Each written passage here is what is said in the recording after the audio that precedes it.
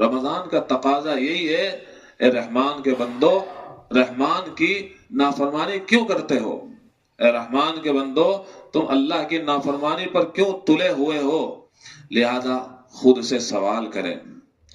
رمضان المبارک میں جو ہم نے سیکھا ہے وہ ہماری روح کی گہرائیوں میں اترا کہ نہیں؟ ماہ سیام کے تقاضے ہماری زندگی میں رچ اور بس گئے کہ نہیں؟ لہذا ہم اپنی مجلسوں کو دیکھیں، سب سے زیادہ باتیں کس کی ہو رہی ہے؟ انسانوں کی، انسانوں سے غلط باتیں، انسانوں سے غلط باتیں ہو رہی ہے۔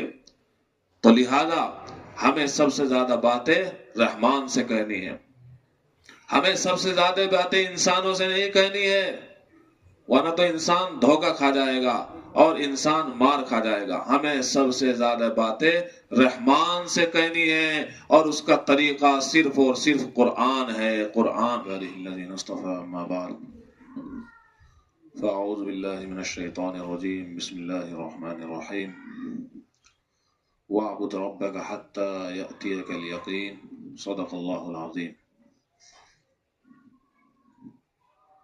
صبح ہوتی ہے، شام ہوتی ہے، عمر یوں ہی تمام ہوتی ہے،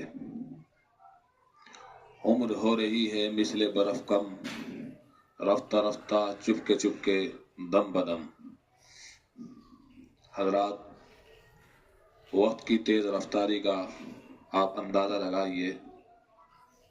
میں نے اس کی مثال شاعر کی زبانی آپ کے سامنے پیش کر ہی دی کہ برف کی طرح انسان کی زندگی پگھل رہی ہے۔ تو وقت کی تیز رفتاری کا آپ اندازہ لگائے۔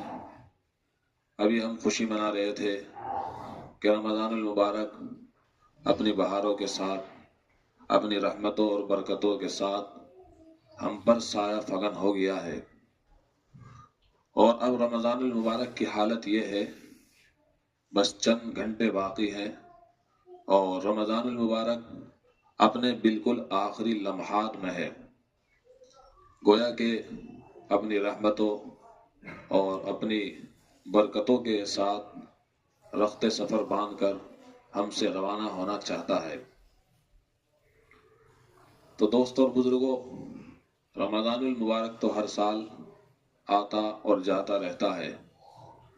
رمضان المبارک کو واقعتاً ہم سے بڑا پیار اور بڑی انسیت ہے۔ ایک انسان جب کسی انسان کے پاس رہتا ہے تو اس انسان کو، اس انسان کے ساتھ، بشرطے کہ اس انسان کے اندر اخلاق ہو، ایک انسیت پیدا ہو جاتی ہے اور اس سے ایک لگاؤ پیدا ہو جاتا ہے، اس سے ایک تعلق پیدا ہو جاتا ہے۔ آپ خود محسوس کر رہے ہوگے کہ جب سے ہم رمضان المبارک کی گود میں آئے ہیں، جب سے ہم رمضان المبارک کے سائے میں آئے ہیں، جب سے ہم رمضان المبارک کی بے پناہ رحمتوں کو سمیٹ رہے ہیں، ہمیں رمضان المبارک سے ایک انسیت ہو گئی، ایک تعلق ہو گیا، اور ایسا تعلق کہ دل نہیں چاہتا رمضان کو چھوڑنے کو۔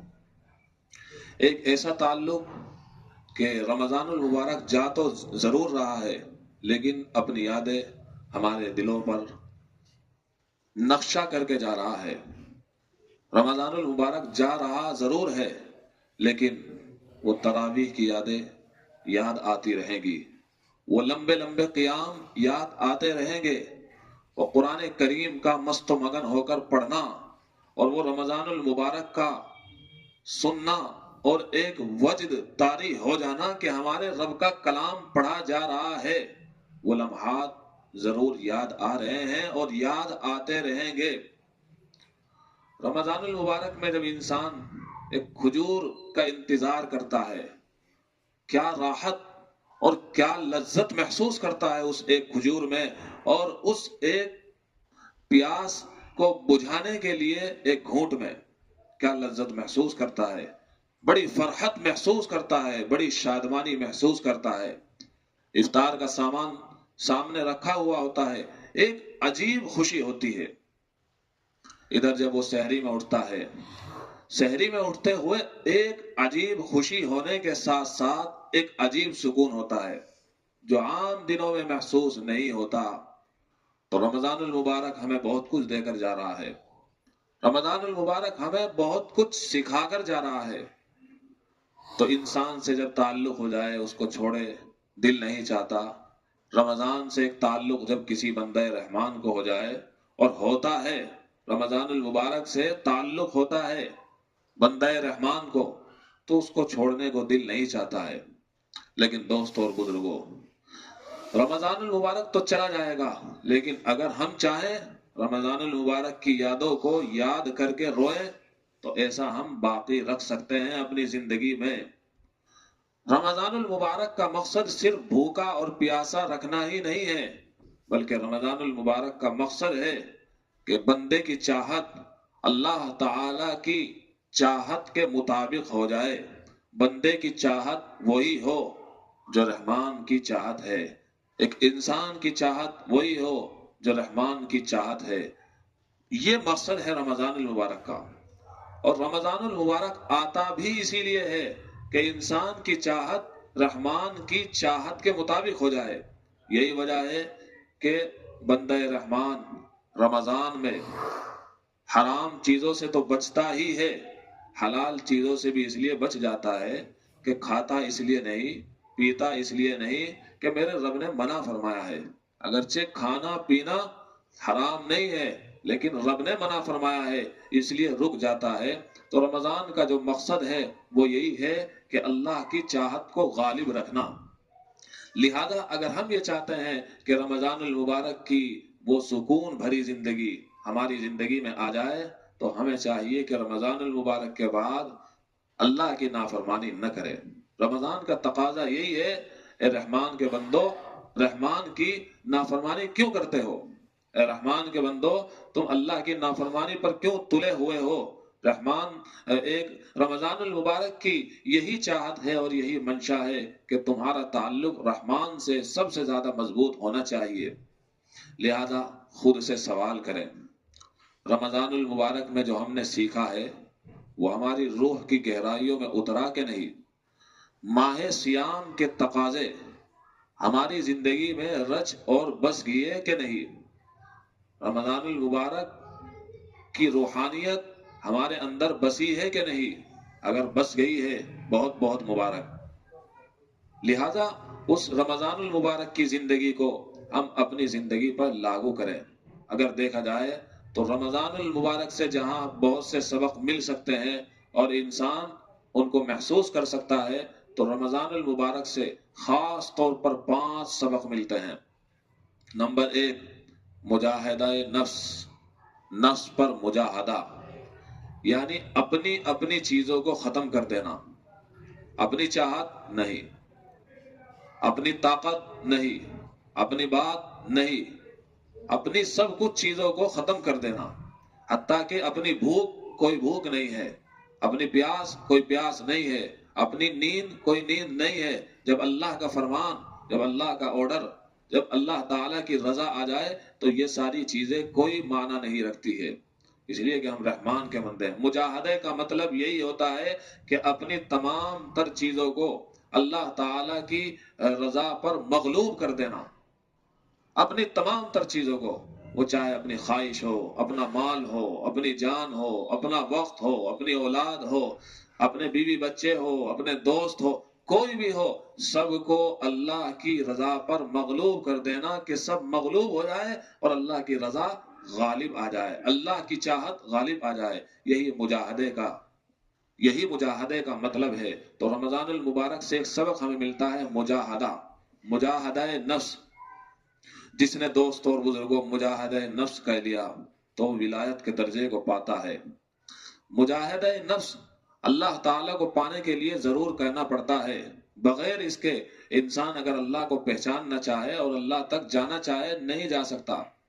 ایک بزرگ فرماتے ہیں کہ پہلا قدم اپنے نفس پر رکھ، اپنی انا پر رکھ، تو دوسرا قدم تجھے اللہ سے ملائے گا، اللہ کی محبت سے ملائے گا۔ اللہ سے اتنا قریب ہو جاتا ہے انسان جب اپنے نفس پر قدم رکھ دیتا ہے، جب اپنے نفس پر پاؤں رکھ دیتا ہے، یعنی اپنے جی کو کچل ڈالتا ہے۔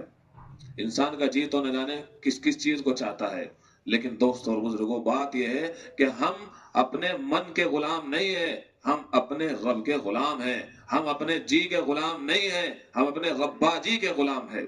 یہ مطلب ہے مجاہدہ نفس کا۔ یہ مجاہدہ نفس بہت اچھے طریقے پر رمضان ہمیں سکھا کر جا رہا ہے کہ مجاہدہ نفس کیسے ہوتا ہے، ایسے ہوتا ہے۔ تو ہمیں اس مجاہدہ نفس کو یاد کرنا ہے۔ دوسری چیز جو قرآن ہمیں، جو رمضان ہمیں سکھا کر جا رہا ہے، وہ قرآن سے تعلق، وہ قرآن سے تعلق ہمیں جھنجھوڑ رہا ہے جاتے جاتے کہ قرآن کا تمہارے سے تعلق سب سے زیادہ ہونا چاہیے۔ یہ نہیں کہ تم قرآن کو الماریوں میں سجا دو، یہ نہیں کہ جب کوئی انتقال کر جائے، تمہارا کوئی مر جائے تو بس اس موقع پر ایصال ثواب کروا دیا جائے اور بس۔ یہ رمضان ہمیں کہہ رہا ہے قرآن سے تمہارا تعلق مضبوط ہونا چاہیے۔ علماء فرماتے ہیں رمضان اور قرآن کا تعلق لازم و ملزوم ہے۔ جس طریقے پر انسان کی جان اور انسان کی روح کا تعلق لازم و ملزوم ہے، اگر ہمارے بدن میں روح نہ رہے تو یہ بدن کوئی کا نہیں ہے، بلکہ جلدی کرو اس کو پہنچاؤ مٹی میں، یہ مٹی ہے تو مٹی میں پہنچاؤ۔ تو انسان کے بدن اور انسان کی روح کا تعلق لازم و ملزوم کی حیثیت رکھتا ہے۔ اسی طریقے پر رمضان اور قرآن یہ دونوں لازم و ملزوم ہے۔ قرآن کا مہینہ ہی رمضان ہے، یہ دونوں آپس میں لازم و ملزوم ہے۔ لہذا رمضان المبارک دوسرا سبق ہمیں یہ دے کر جا رہا ہے کہ قرآن سے تعلق تمہارا سب سے زیادہ ہونا چاہیے۔ لہذا انسان 24 گھنٹے کی زندگی میں دیکھے کہ میں زیادہ باتیں کس سے کرتا ہوں۔ یہ میں بہت اہم بات کہنے جا رہا ہوں۔ انسان اپنی 24 گھنٹے کی زندگی میں دیکھے کہ میں سب سے زیادہ باتیں کس سے کرتا ہوں۔ موبائل استعمال کرنے والے دیکھیں کہ میں سب سے زیادہ باتیں کس سے کر رہا ہوں۔ ویسے باتیں کرنے والے دیکھیں، ان مجلسوں میں بیٹھنے والے دیکھیں، راتوں کو مجلسیں لگانے والے دیکھیں کہ میں سب سے زیادہ باتیں کس سے کر رہا ہوں، میں سب سے زیادہ باتیں کس کی کر رہا ہوں۔ خود ہی پتا چل جائے گا کہ سب سے زیادہ باتیں انسانوں سے کی جا رہی ہے، اور باتیں بھی وہ جو گناہ کے لیے لازم ہے، جو گناہ کا سبب بن رہی ہے، جو غیبت کا سبب بن رہی ہے، جو چغلی کا سبب بن رہی ہے، دین کی باتیں نہیں۔ لہذا ہم اپنی مجلسوں کو دیکھیں، سب سے زیادہ باتیں کس کی ہو رہی ہے؟ انسانوں کی، انسانوں سے غلط باتیں، انسانوں کی انسانوں سے غلط باتیں ہو رہی ہے۔ تو لہذا ہمیں سب سے زیادہ باتیں رحمان سے کہنی ہے، ہمیں سب سے زیادہ باتیں انسانوں سے نہیں کہنی ہے، ورنہ تو انسان دھوکہ کھا جائے گا اور انسان مار کھا جائے گا۔ ہمیں سب سے زیادہ باتیں رحمان سے کہنی ہے، اور اس کا طریقہ صرف اور صرف قرآن ہے۔ قرآن، نماز میں بھی تو قرآن ہی پڑھا جاتا ہے، لہذا اس کا طریقہ قرآن ہے۔ جب بھی آپ کو خالی وقت ملے، ادھر ادھر کی بات نہ کر کے اپنے جی کو کہو میں انسان سے باتیں نہیں کرتا ہوں، میں رحمان سے باتیں کرنا چاہتا ہوں۔ تو پڑھ قرآن، پڑھ قرآن، رحمان سے باتیں ہوتی چلی جائے گی۔ لہذا ضرورت اس بات کی ہے، یہ دوسرا سبق ہے کہ ہم قرآن سے اپنا تعلق مضبوط کریں۔ تو پہلا سبق مجاہدہ نفس، اپنے نفس پر قابو پانا، اپنے نفس کو چوکس پکڑنا، اپنے نفس کو اور اپنے اس جی کو مضبوط پکڑنا کہ کہاں جا رہا ہے، کہاں بھاگا پھر رہا ہے، چوکس پکڑنا۔ اور نمبر 2 قرآن سے تعلق کیسا، ابھی بتایا۔ نمبر 3 غربا کا خیال کرنا، غریبوں کا خیال کرنا، فقیروں کا خیال کرنا۔ بھوکا کیوں رکھا جا رہا ہے؟ بھوکا رکھنے کا جہاں اور مقصد ہے، ایک مقصد یہ بھی ہے، بہت سے انسان ایسے ہیں جو بھوکے رہتے ہیں، جو کھا پی نہیں سکتے ہیں پیٹ بھر کر۔ لہذا جب انسان بھوکا رہتا ہے، اس کو پتا چلتا ہے وہ لوگ جو مہینوں مہینے اچھی طریقے پر کھا پی نہیں سکتے اور بھوکے ایسے ہی زندگی گزار رہے ہیں، وہ کیسے زندگی گزارتے ہوں گے؟ تو غریبوں کا دیکھ بھال کرنا، یہ رمضان ہمیں بتا کر جا رہا ہے۔ اگر تم مالدار ہو، اللہ تعالیٰ نے تمہیں مال میں وسعت دی ہے، تو اس مال میں دوسروں کا حق رکھو، اس مال کو صدقہ اور خیرات بھی کیا کرو، تاکہ تمہارا وہ مال بچا رہے، تمہارے اس مال میں برکت رہے، اور غریبوں کی دعائیں تمہارے مال پر پڑ جائیں، غریبوں کی دل سے نکلی ہوئی دعائیں تمہارے مال میں جا بسے۔ تو تیسری بات یہ ہے، نمبر 1 مجاہدہ نفس، نمبر 2 قرآن سے تعلق، اور نمبر 3 غریبوں کا دیکھ بھال کرنا، غریبوں کا خیال کرنا، اور نمبر 4 وقت کی قدر۔ یہ بہت اہم بات ہے، ہم وقت کو یوں ہی گنوا دیتے ہیں، یوں ہی گزار دیتے ہیں۔ آپ اندازہ لگائیں کہ رمضان المبارک نے ہمیں گھنٹوں کی نہیں، منٹوں کی نہیں، بلکہ سیکنڈوں تک کی حفاظت کا طریقہ بتا دیا ہے۔ سحری کے آخری لقمے سے لے کر افطاری کی پہلی کھجور تک کتنی کتنی منٹوں کا آدمی خیال رکھ رہا ہوتا ہے، تو بتایا ہے کہ منٹوں منٹوں کا خیال رکھنا ہے۔ 1 منٹ پہلے افطار نہیں کر سکتا، 1 منٹ بعد میں سحری نہیں کر سکتا۔